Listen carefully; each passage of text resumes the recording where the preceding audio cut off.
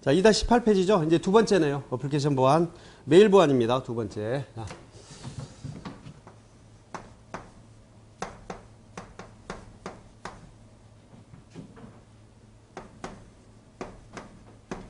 자, 메일 보안입니다. 응용이기 때문에 메일 보안 우리가 프로토콜로 봐도 좋고 서비스로 봐도 메일 하면 어떤 프로토콜이에요? SMTP라고 하죠. 자, SMTP. 심플 메일 트랜스퍼 프로토콜이란 얘기가 주로 많이 되죠. 물론 메일 프로토콜이 얘 하나만 있는 건 아니지만, 자, 메일 개요 볼까요? 자, 전자우편 시스템입니다. TCP/IP 프로토콜 중 SMTP, 그래요. 심플 메일 트랜스퍼 프로토콜을 이용한 문자나 부호 기반의 메일 송수신 서비스를 우리가 전자우편 또 메일 서비스라고 합니다. 메일 서버가 2개 이상 운영 시 상대 서버를 지시하기 위해서 DNS 서버의 MX 레코더가 사용이 된다. 그래서 은근히 그 DNS 서버와 메일 서버가 이것 때문에 약간 메일 서버 이중화 정도로 봐야죠. 이것 때문에 관련이 좀 있습니다. 그 DNS 서버에 MX 레코더가 있어서 그 메일 서버를 2대를 지정을 해줄 수가 있어요. IP 주소로. 그래서 주 메일 서버가 다운 시 보조 메일 서버로 이렇게 릴레이가 될 수 있도록 설정해주는 그 DNS의 레코더가 MX입니다. 메일 익스체인저에서 사용해야 되고, 메일 서버 간에 송수신뿐만 아니라 메일 클라이언트에서 메일 서버로 메일을 보낼 때도 사용을 한다. 자, 먼저 한번 읽어보고 설명을 드릴게요. 메일 서버 서비스를 구성하는 핵심 프로토콜에는 MTA, 메일 트랜스퍼 에이전트라고 합니다. 간의 직접 메일 전송과 전달 과정을 제어하는 SMTP 프로토콜과 MTA와 MUA, 메일 유저 에이전트 간의 사용자 기반의 메일 서비스를 위한 POP, 그 다음 IMAP 프로토콜이 있다. 이렇게 되죠. 여기 보면요. 이제 메일 서버가 있고요. 여기 뭐야?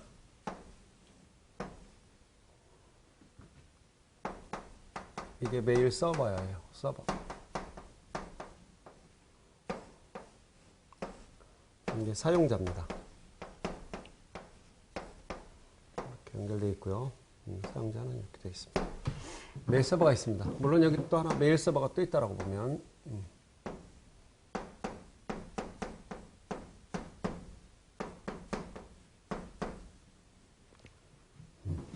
봅시다. 서버는 하나만 더 추가됐고, 자, SMTP는 메일을 송신하는 프로토콜이라고 그랬죠. 이 지금 내용에도 나오지만 물론 이 사용자가 메일을 이렇게 보낼 수도 있고 받을 수도 있어요. 이렇게 받을 수 있다는 거죠. 당연히 이쪽 메일 서버에서 이렇게 보낼 수도 있고 이쪽 메일 서버에서 또 이쪽으로 보낼 수도 있습니다. 이렇게 보낼 수도 있죠. 이때 우리가 심플 메일 트랜스퍼 송신 프로토콜이라는 건 뭐냐면, 자, 얘가 SMTP를 사용해서 메일을 보내겠죠. 그죠? 당연히 얘도 SMTP를 이용을 해서 메일을 송신하겠죠. 또 메일, 여기에도 해당이 된다는 거죠. 여기 보면은 위에 점 2개, 세 번째, 메일 서버 간의 송수신뿐만 아니라, 메일 서버 간의 송수신뿐만 아니라, 메일 클라이언트에서 메일을 서버로 메일을 보낼 때도 사용한다. 뭐를? SMTP를 사용한다는 얘기죠. 자, 보세요. 메일 서버에서 메일 클라이언트로 메일 보낼 때 얘도 SMTP를 사용한다는 거예요. 당연히 클라이언트가 메일 서버로 보낼 때도 SMTP를 사용하죠. 이렇게. 다만 메일 서버를 클라이언트가 받을 때는 얘를 사용한다는 거죠. POP3 또는 IMAP. 이 두 개의 프로토콜. 차이점도 한번 설명을 했었어요. 앞에 네트워크 보안에서 기회 되면 또 설명을 합니다. 뒤에 나옵니다. 자, 메일을 수신을 할 때는 POP3와 IMAP 프로토콜을 사용한다는 거예요. 단 사용자가 메일을 송신을 할 때는 SMTP를 사용한다. 그러니까 송신자의 이 SMTP와 받는 메일 수신을 위한, 얘는 메일 수신이죠.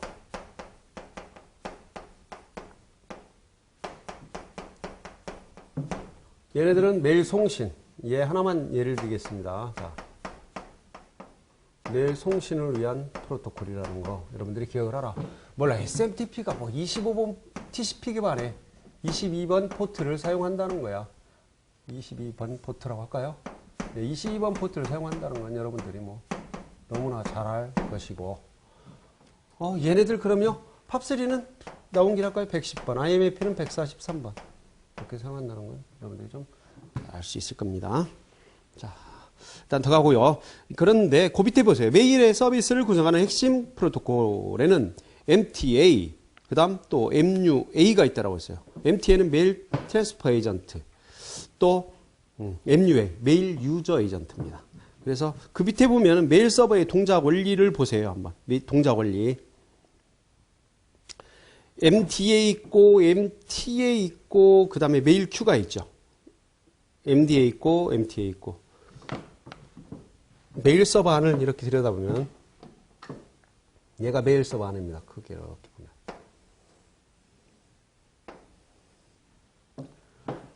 SMTP로 해서 이제 MUA가 있겠고, MUA. MUA라는 건 클라이언트 쪽이니까 이쪽 하나로 따로 그리겠습니다. 메일 유저 에이전트. 그 다음에 여기 MTA가 있죠. 그냥 메일, 샌드 메일에서. 그죠? MTA. 트랜스퍼 송신 에이전트. 얘가 여기 지금 샌드 메일이라고 했죠. 샌드 메일. 이것은 리눅스나 유닉스 계열에서 메일 서버 프로그램이 샌드 메일입니다. 그래서 메일을 이렇게 송신을 할 수 있도록 MTA가 있습니다. 그럼 얘를 배달해주는 에이전트가 또 하나 있어야 되겠죠? 얘가 MDA입니다. MDA. 이렇게. MDA죠. 제 구조도로 보면 이렇게 보내지죠? 물론 여기 이제 QE랑이라는 게 이제 Q가 있는데 임시로 메일을 저장해 놓는 거죠. 리눅스를 해본 학생들은 알겠지만 메일이 전송이 되면 Q 디렉토리에 저장이 돼 있다가 메일이 완전히 전송이 완료돼야지만 누구한테? MTA 내지는 MDA로 저장이 돼서 해당 디렉토리에 해당 사용자의 메일이 저장되도록 되어 있습니다. 그러면 MTA, MUA, MDA 이런 것들 있죠? 트랜스퍼 에이전트, 유저 에이전트, 딜리버리 에이전트. 딜리버는 배달하는 거니까 이렇게 배달. 그죠? 상대 측에 배달을 하게 된다. 이런 형태로 구조가 되어 있다는 걸 꼭 기억하시고 송신에 관련된 거. 얘는 배달에 관련된 거, 전송. 이건 유저와 일반 유저와 관련된다는 걸 꼭 기억을 하시기 바랍니다. 아주 간략하게 이렇게 설명을 드렸어요. 그 다음에 19페이지. 자, 1번. MTA 보세요. 메일 트랜스퍼 에이전트. 컴퓨터 간의 전자메일을 전송하는 그죠? 트랜스퍼니까 전송하는 서버 프로그램이다. 그리고 SMTP 프로토콜 사용하며 메일을 목적지로 전송해주는 송신한다는 얘기를 그렇게 구구절절히 적어놓은 거고요. 샌드메일이나 익스체인저 등이 대표적이다. 샌드메일은 유닉스나 리눅스에서 메일 서비스라는 그런 서버 프로그램이고, 익스체인지는 윈도우즈에서 좀 많이 씁니다. 그 다음 두 번째 MUA, 메일 유저 에이전트. 유저입니다. 유저. 사용자가 전자메일을 송신할 때 사용하는 클라이언트 프로그램이다. 메일 유저. 여기서 송신할 때는 클라이언트 프로그램 뭐 있을까요? 아웃룩 익스프레스 있죠. 메일. 여러분들이 요즘에 이제 웹메일을 많이 사용하기 때문에 별로 이렇게 사용은 안 하지만 예전에는 아웃룩 익스프레스로 많이 사용했었죠. 그걸 우리가 메일 클라이언트라고 합니다. 메일 작성 도구로서 웹메일에서 사용될 수도 있다. 그런 웹메일에서는 거의 사용 안 하죠. 웹의 어플리케이션을 그대로 이용해서 아이디 패스워드만 넣으면 주고받을 수 있도록 다 처리가 되어 있습니다. 요즘엔 여러분들이 지금 메일 사용하잖아요. 네이버니 다음. 하지만 클라이언트 서버 방식에서 있을 경우는 항상 아웃룩 익스프레스를 사용했죠. 자, 밑에 윈도우즈의 아웃룩 익스프레스와 리눅스의 파인 등의 대표적인 MUA, 메일 유저 에이전트다. 맞죠? 아웃룩 익스프레스 많이 씁니다. 리눅스에서는 파인, 그 메일 보는 프로그램이거든요. 파인. 자, 그 다음 MDA 있습니다. 메일 딜리버리, 배달. 그래서 메시지를 사용자의 메일에 쓰기 위해서 MTA가 사용하는 프로그램이다. 그냥 배달. 쓰기 위해서. 그 쓴다는 얘기는 저장도 하지만 보내기 위해서 또 배달하기 위해서. 저장할 때도 얘를 통해서 이렇게 저장을 한다는 거죠. 얘를 통해서 저장을 하는 거죠. 해당 사용자의 디렉티브를 해줘. 저장을 한다는 겁니다. 그 다음 MRA 있는데 얘는 리트라이벌 에이전트라고 해서 원격지 서버에 있는 메일로부터 사용자의 MUA 메시지를 가져오는 프로그램이다. 원격에서 가져오는 거다. MRA. 일단 MTA, MUA, MDA, MRA의 개념을 여러분들이 꼭 좀 기억을 하시기 바랍니다. 자, 그 다음 세 번째 나오는 게 메일 관련 프로토콜의 종류 및 특징이 있어요. 자, 메일 관련 프로토콜. 종류 3번이네요. 그러면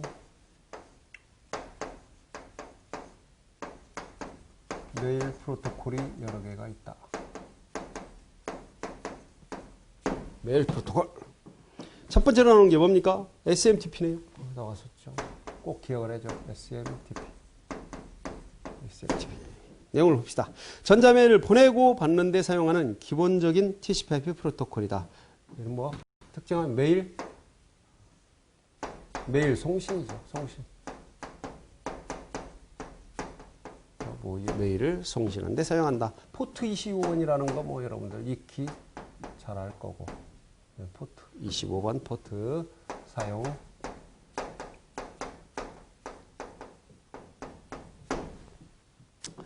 그 다음에 서버 대 서버. 메일 클라이언트와 메일 서버 사이에 메일을 전송을 한다. 메일 클라이언트와 또는 메일 서버 사이에 SMTP. 그 다음에 클라이언트에서 받는 데만 쓰는 건 팝3나 IMAP라고 했습니다. 그 다음 아웃룩 익스프레스 메일 클라이언트를 기준으로 메일 전송 시 SMTP를 사용하지만 받는 메일을 받을 경우에는 팝 프로토콜을 사용한다. 팝이나 IMAP를 사용한다. 자, 전자메일을 사용하면 SSL을 이용하여 암호화된 편지를 받을 수 있어서 안전하다. 그렇죠. SSL 시켜 좋겠네요. 이제 나중에 배웁니다. 그 다음에 IMAP가 나오네요. 자, IMAP 두 번째. 인터넷 메일 액세스 프로토콜입니다. IMAP 나오죠? 자, 메일을 수신하는 또는 보관하는 서버 클라이언트 보입니다. 메일 수신. 메일 수신을 할 때 사용한다. 몇 번 포트를 사용한다? IMAP는 143번을 사용합니다. 43번 포트를 사용한다.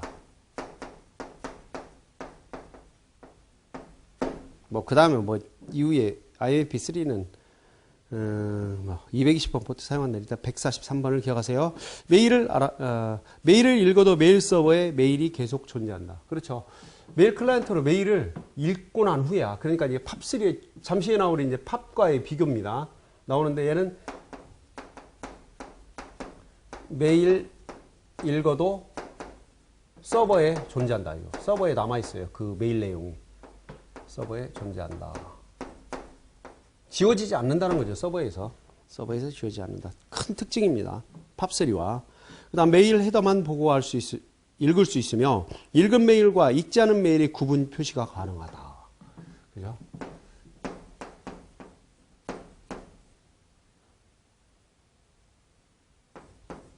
읽고 또는 읽지 않은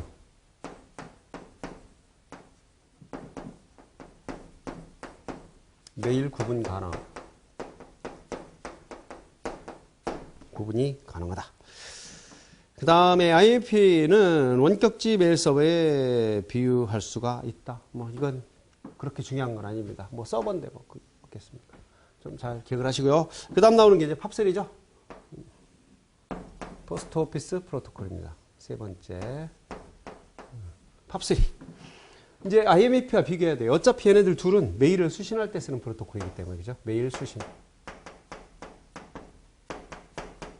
메일을 수신할 때 얘는 메일 송신이잖아요. 그죠?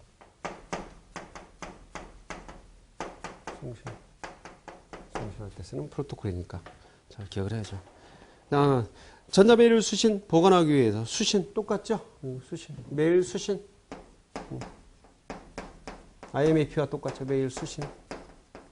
몇 번 포트? 110번 포트. 110번 포트. 사용한다. 메일 서버에서 가져온 메일은 더 이상 서버의 메일 박스에 남아있지 않는다. 이게 큰 차이에요. IMAP와 팝3.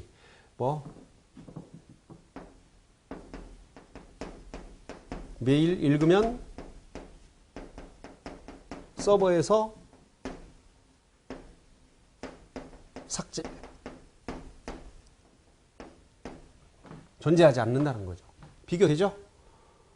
그래서 요즘에 이제 여러분들이 쓰는 메일 서버 대부분 뭐야? 팝3로 설정이 되어 있습니다. 그래서 한번 읽으면 그 서버 안에 메일이 삭제되도록. 왜 그러냐면 그 메일 서버를 운영하는 운영 측에서는 상당히 리소스를 많이 잡아먹죠. 읽어도 그냥 메일이 남아있잖아요. 웹메일 같은 경우는 남아있죠. DB에 이제 이런 것들이 있고요. 여기서 얘기하는 것들은 메일 서버와 클라이언트, 아웃룩 익스프레스와 일반 메일 서버 얘기를 하는 겁니다. 웹메일은 특별하게 그 DB로 저장돼 있고 하기 때문에 사용자가 뭐 선택해서 삭제하거나 이러지 않으면 남아 있죠. 뭐 다량 메일 같은 경우는 일정 기간에 바로 삭제가 되긴 하지만 일단 이러한 클라이언트 쪽에서는 이런 좀 많은 차이가 있다라는 거. 그 다음에 메일 서버에서 가져온 메일은 더 이상 서버에 메일박스에 남아있지 않으므로 사용자가 고정적인 위치에서 메일을 읽는 경우에 유리하다. 뭐 고정적 위치가 아니어도 상관없습니다. 받아오면 클라이언트에는 남아있겠죠? 클라이언트에는 남아있죠. 서버에 삭제된다라는 거 꼭 좀 기억을 하십시오. 비교해서 기억을 하시면 됩니다. 그 다음에 20페이지 보면 이제 메일 헤더 구조 분석. 이 명령어 설마 나올까 했죠. 그래 나왔었어요. 이 구조도 나옵니다. 여러분들 잘 기억을 하세요.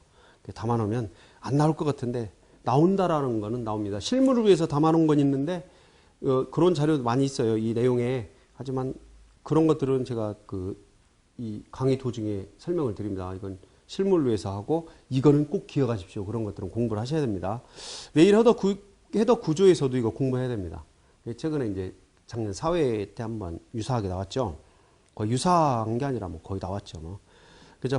그 사용자의 직접 입력하는 헤더에서 뭐 받는 사람, 제목, 참조, 수문 참조 이런 것들 봐요. to, cc, 참조, bcc, 수문 참조, subject, 제목 이런 것들을 알아둬야 된단 말이죠. 포맷을. 그 다음 프로그램 설정 메뉴에서 입력하는 헤더, 전자의 자신의 메일의 주소와 이름, 소속, 답장할 주소, from, 뭐, reply to. 자동 붙는 헤더 이런 것들이 있는데 자동 붙는 헤더는 뭐 제외하더라도 일단 1번 사용자가 직접 입력하는 헤더와 프로그램의 설정 메뉴에서 입력하는 헤더 이 정도는 한번 기억할 필요 있습니다. 그렇게 뭐 어려운 거 아니니까요. 우리가 일반적으로 리눅스나 이쪽에서 메일 명령을 가지고 메일을 쓸 때 사용하죠. 그 메일 쓸 때 이렇게 하죠. 프롬프트에서 이것도 시험에 나왔었어요. 어떻게 할 것이냐 이렇게 메일 하고 메일 주소 쓰면 됩니다. 예를 들어서 테스트 골뱅이 @죠. 뭐 test.co.kr 이렇게 쓰면 메일 하면 subject라고 나옵니다. 제목, 그다음 내용 쓰고 뭐 점 찍고 나가서 참조 쓰고 이렇게 치면 메일이 test.co.kr로 가죠. 테스트로 가죠. 뭐 이런 형식으로 나오는 거. 이런 메일 보내기도 좀 알아야 됩니다. 우리가 웹메일로 지금 익숙해 있고 메인 클라이언트를 사용하지 않고 직접 이런 커맨드 라인 인터페이스에서 메일을 보내는 방법도 알아두셔야 된다는 거죠. 자, 여기까지가 메일 헤더 구조에 대해서 한번 여러분들이 여러 번 읽어보십시오. 자, 그 다음에 이제 두 번째 메일 서버 운용입니다. 메일 서버 운용. 자, 메일 서버 운용 두 번째가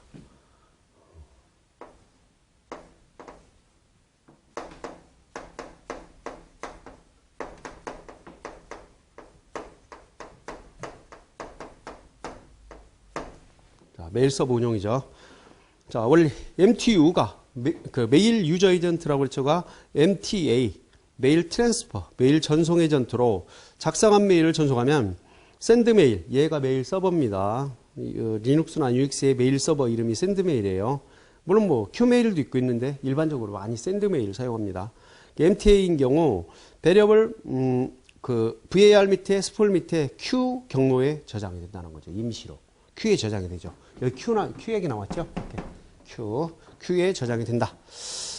그 다음에 HTTP 메일 밑에 로컬 호스트 네임스 파일에 자신의 서버 도메인 주소를 기록을 한다. 이제 그 메일 서버를 처음에 구축을 하게 되면 이 로컬 호스트 네임스의 그 메일 서버로 예를 들어 test.co.kr을 사용한다. 내 메일 서버의 도메인을 얘를 등록하는 게 로컬 호스트 네임스 파일입니다. 얘를 등록시켜줘야 됩니다. 등록시켜주면 이제 그때부터는 뭐 test.co.kr로 메일을 주고받을 수가 있게 되는 거죠. 주소를 기록하고 로컬호스트 네임즈에 있는 메일로 메일이 수신된 경우 샌드 메일은 메일을 수신하여 저장을 한다. 받을 때 이렇게 등록합니다. test.co.kr 어디에? 로컬호스트 네임즈라는 그 파일이 있어요. 그 디렉터리 가면. 그 다음에 2-21 설치 및 운영 리눅스에 기본 설치된 그 샌드 메일을 사용을 한다는 거. 샌드 메일. 그리고 나머지는 여러분들이 실무에서 한 번 정도 읽어보시고요. 읽어보시고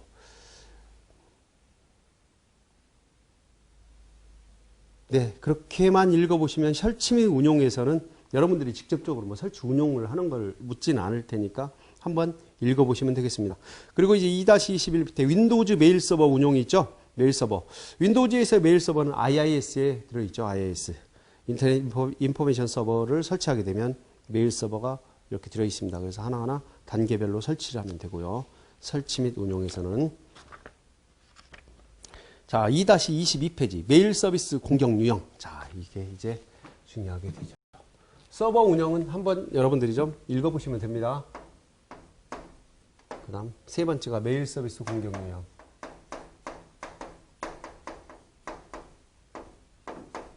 메일 서비스 공격 유형.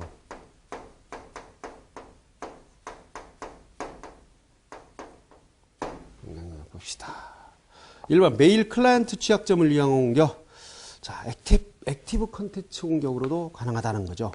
메일 열람 시 HTML 기능이 있는 메일 클라이언트나 웹브라우저를 사용하는 이용자를 대상으로 하는 공격 기법이다. 액티브 컨텐츠 공격. 그 중에서 어떤 공격이에요? 지금 메일 클라이언트 취약점을 이용한 공격. 메일 클라이언트 취약점을 이용한 공격.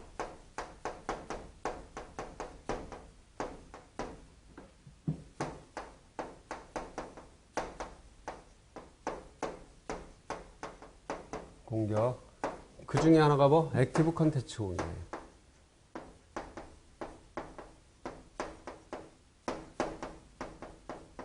컨텐츠가 아니라 이게 콘텐츠죠. 표준이 컨텐츠가 아니라 콘텐츠입니다.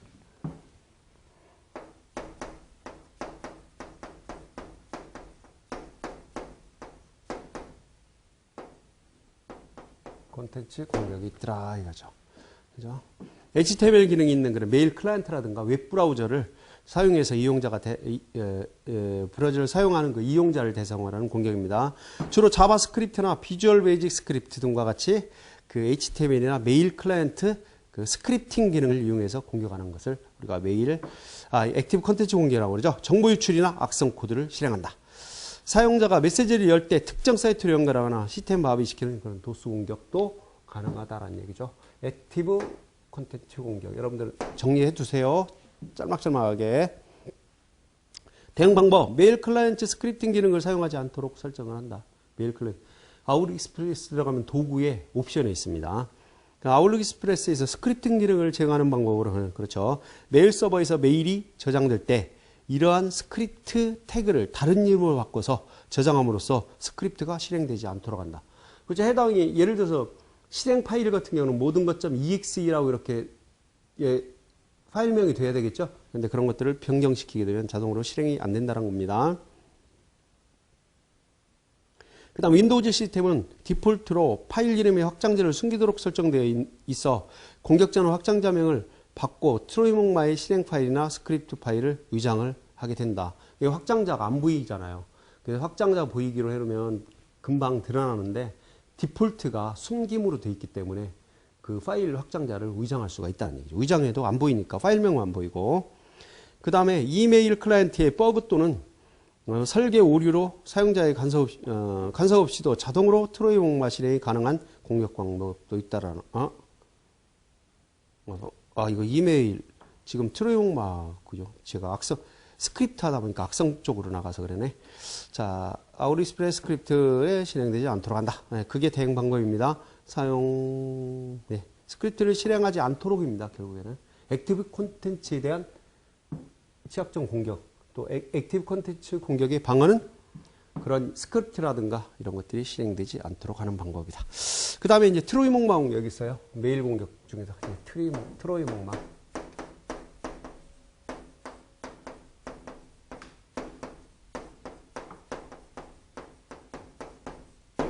트로이 목마도 아주 대표적인 악성 코드죠. 트로이 목마도. 일반 사용자가 트로이 목마 프로그램을 실행시켜서 시스템에 접근하는 할 수 있는 백도어를 만들거나 시스템에 피해를 줄 수도 있고, 얘는 숨어서 어떤 정보 유출이나 이런 역할도 하죠. 그 사용자가 트로이 목마를 실행시키도록 유도하기 위해서 사회공학적 방법을 사용하며, 사회공학적 방법이라 하면 우리가 인간의 심리라든가 이런 거를 간파하고 유도해서 공격하는 걸 사회공학적 방법이라고 합니다. 인간의 심리전입니다. 사용자로 하여금 첨부 파일을 실행시키도록 유도한다 이거죠. 유도. 그러니까 심리전을 피는 거죠.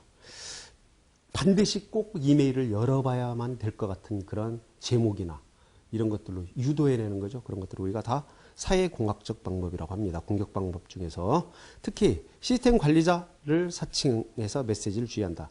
예를 들어 시스템 관리자가 나는 메일 관리자입니다. 어떤 메일을 이용하는데 안내 메일을 보내드리니 확인하시고 이대로 하십시오. 안 열어볼 수가 없죠. 그렇잖아요. 메일 관리자가 보내는데 이런 것들이 하나의 사회공학적 방법이며 유도 방법이 되는 거죠. 그 다음에 이메일 클라이언트의 버그 또는 시스템 오류로 사용자의 간섭 없이도 자동으로 트로이 목마가 실행 가능한 공격 방법도 있다. 그렇죠. 열어보지 않고 보내기만 해도 자동으로 실행시킬 수 있는 방법도 있다는 얘기죠. 자, 대응 방법. 자, 메일 서버에서 실행 가능한 첨부 파일을 실행하지 못하도록 이름을 병기하는 방법이 있다. 그렇죠. 그래서 메일을 보내서 첨부 파일을 하는데 이 방법이란 뭐예요? 실행 파일 모든 것.exe 실행되면 안 되니까 또 윈도우즈에서는 또 모든 것.com 또 모든 것.bat 파일이라든가 이런 파일들은 다 실행과 관련되는 것들이죠. 이런 파일은 업로드를 할 수 없도록 만들 수 있다는 얘기입니다. 변경해서 또 이걸 올리더라도 이 확장자 중에 하나를 변경해서 저장하도록 서버에서는 그러면 자동으로 실행되는 일은 없다라는 얘기죠. 없다라는 얘기죠. 그 다음에 첨부 파일 및 스크립트 파일 실행 시 백신 검사 후 실행 권장한다. 요즘에 대부분 안전하게 사용할 때 그렇습니다. 다운로드 다 받으면 백신으로 안전한지를 테스트를 한번 해보죠. 체크하고 저장하는 이런 방법도 좋은 방법이다. 어차피 트로이 용마는 뭐기 때문에 악성 코드예요. 악성 코드. 그 다음 세 번째 개인정보 탈취. 개인정보 탈취. 이메일로 개인정보 탈취 열어보면 더 좋죠. 네, 개인정보 탈취가 있더라. 개인정보 탈취가 있더라. 개인정보를 탈취하기 위한 메일을 전송을 하죠. 여러분 많이 있죠. 피싱 이런 것들도 마찬가지죠. 꼭 열어봐서 어떤 팝업 창이라든가 이런 걸 통해서 꼭 정보를 빼내려고 하는 거. 그다음 피싱 사이트에 연계하여 개인정보의 아이디와 비밀번호 수집을 위한 콘텐츠를 담아 수집을 시도를 한다. 대부분 피싱 공격은 이메일로 하죠. 그래서 어떤 개인정보라든가 또 이런 것들을 뽑아낼 수 있는 어떤 정보를 제공하기 위해서 아이디와 패스워드를 넣어달라는 등 이런 것들을 메시지 보내오죠. 그러면 왠지 넣고 싶어서 조회해보고 싶고 이런 것들 그래서 넣을 때 그 정보를 탈취해낼 수가 있다는 얘기입니다. 그다음 네 번째 PC 악성 코드 전파. 이것도 많이 사용하는 방법이죠.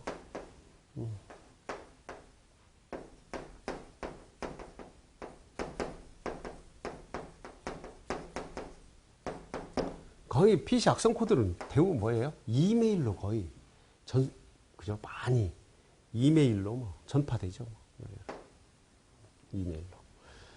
이메일로. 그래서 열어본다든가 특히나 또 P2P 사이트에서 파일을 다운로드 받는다든가 이럴 때 많이 전파가 됩니다. 그래서 이런 걸 전파할 때 대부분 이메일을 많이 사용하죠. 웜 바이러스 또 웜을 전파할 때도 이메일로 거의 통해서 하죠. 그럼 열어본다든가 그러면 그대로 또 다른 사용자에게 전파도 되고 하기 때문에. 자, 이제 2-23페이지 뭐가 있냐면 메일 서버 취약점을 이용한 공격. 자, 지금은 메일 클라이언트 취약점을 이용한 그런 공격이었었어요. 이제 메일 서버를 이용한 메일 서버의 취약점을 이용한 공격이다. 자.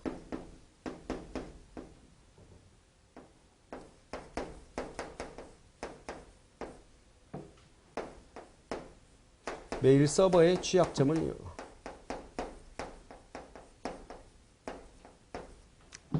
이용한 공격이다.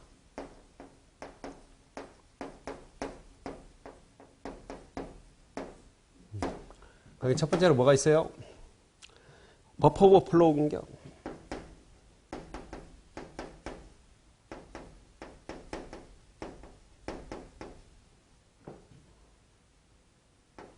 오버플로어 공격.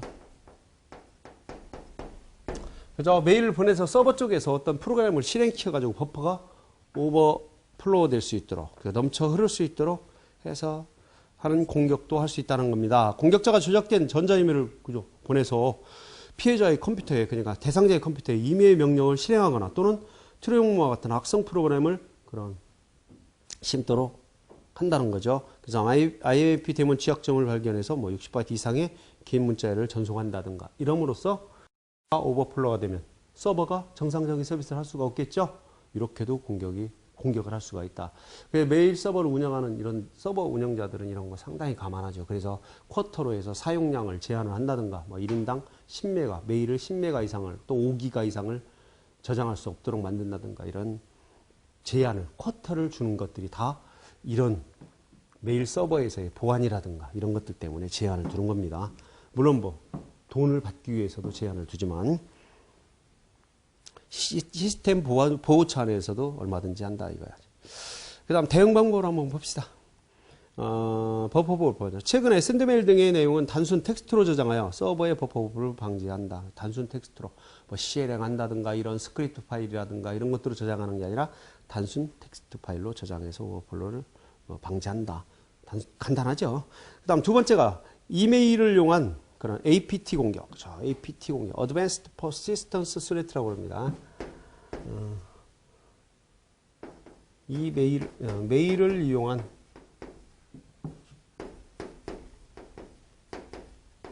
APT 공격. 이걸 또 아파트 공격이라고 하면 큰일 납니다.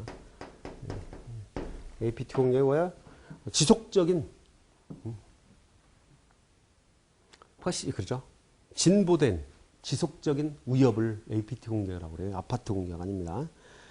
자, 보면, 자, 문자 메일의 취약성을 통해 상대방의 시스템을 공격을 한다. 문서 파일의 그 취약성 문서 파일. 문서 파일의 취약점이라 하면 뭐 그 문서 안에 어떤 스크립트나 뭐를 담아서 보낼 수도 있겠고, 또는 뭐 비주얼 베이직이라든가 이런 엑셀이라든가 이런 것들은 스크립트 또 매크로나 이런 것들도 있겠죠? 담아서 보내서 실행시킬 수도 있다는 얘기고. 공격 대상으로 특정 집단을 정하여 그 사전 수집된 이메일 정보를 이용해서 악의적인 그런 문서 파일을 열람하도록 유도하고 취약성이 발견된 시스템을 장악하는 공격이다. 여기서 지금 여기에서 그 APT 공격의 개념은 그거예요. 공격 대상으로 특정 집단을 정하여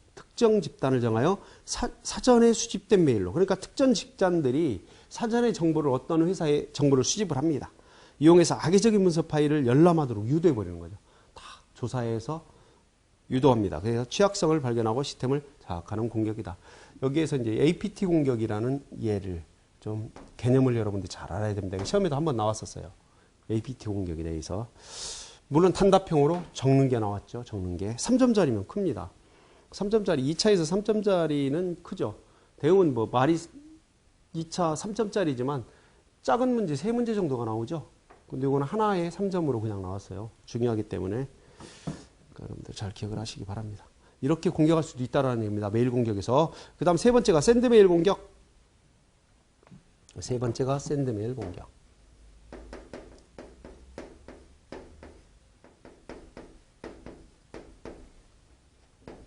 샌드메일이란 메일 서버 프로그램이라고 그랬어요. 메일 서버 프로그램, 유닉스 계열에서. 자, 전송되지 않은 메시지를 VAR 밑에, 템포 밑에, VAR 밑에는 시스템 운영 중에 그 변화될 수 있는, 변화하는 그런 파일들이 저장되는 디렉토리라고 그랬죠. 템포는 임시고, 데드레터, 이거 잘못 보낸 그런 파일, 끝부분에 추가하여 저장한다는 사실과 링크를 이용하여 내부 사용자가 루트 권한을 얻을 수 있다는 취약점을 공격하는 것이다. 근데 샌드메일 8.8.4 버전에서 이런 취약점이 있었는데 지금은 해결이 되어 있죠. 그 다음 메시지 내용이 사용자 계정을 기록하고 도착할 수 없는 메시지를 보낼 때 발생하는 샌드메일 헤더 파싱 등의 파싱 코드의 버그에 초점을 맞춰졌다. 하지만 지금은 다 해결이 됐고 투 헤더를 15,000개나 가진 그 메시지를 생성하여 서버를 와시키는 공격 8.9.2 버전 하위 버전에서 있었고 다 해결됐죠. 그런 것들. 그다음에 SMTP 명령어 중 EXPN, expand, 그다음 verify 이런 사용자의 정보를 외부로 유출할 가능성이 있다. 이런 명령을 가지고 SMTP에서 내리는 명령어들이죠. verify나 또는 expand 이런 것들을 사용해서 할 수도 있다. 샌드메일고. 자, 마지막으로 이제 서비스 거부 공격입니다. 서비스 거부 공격하면 왕창 보내겠죠. 그죠? 서비스 거부 공격.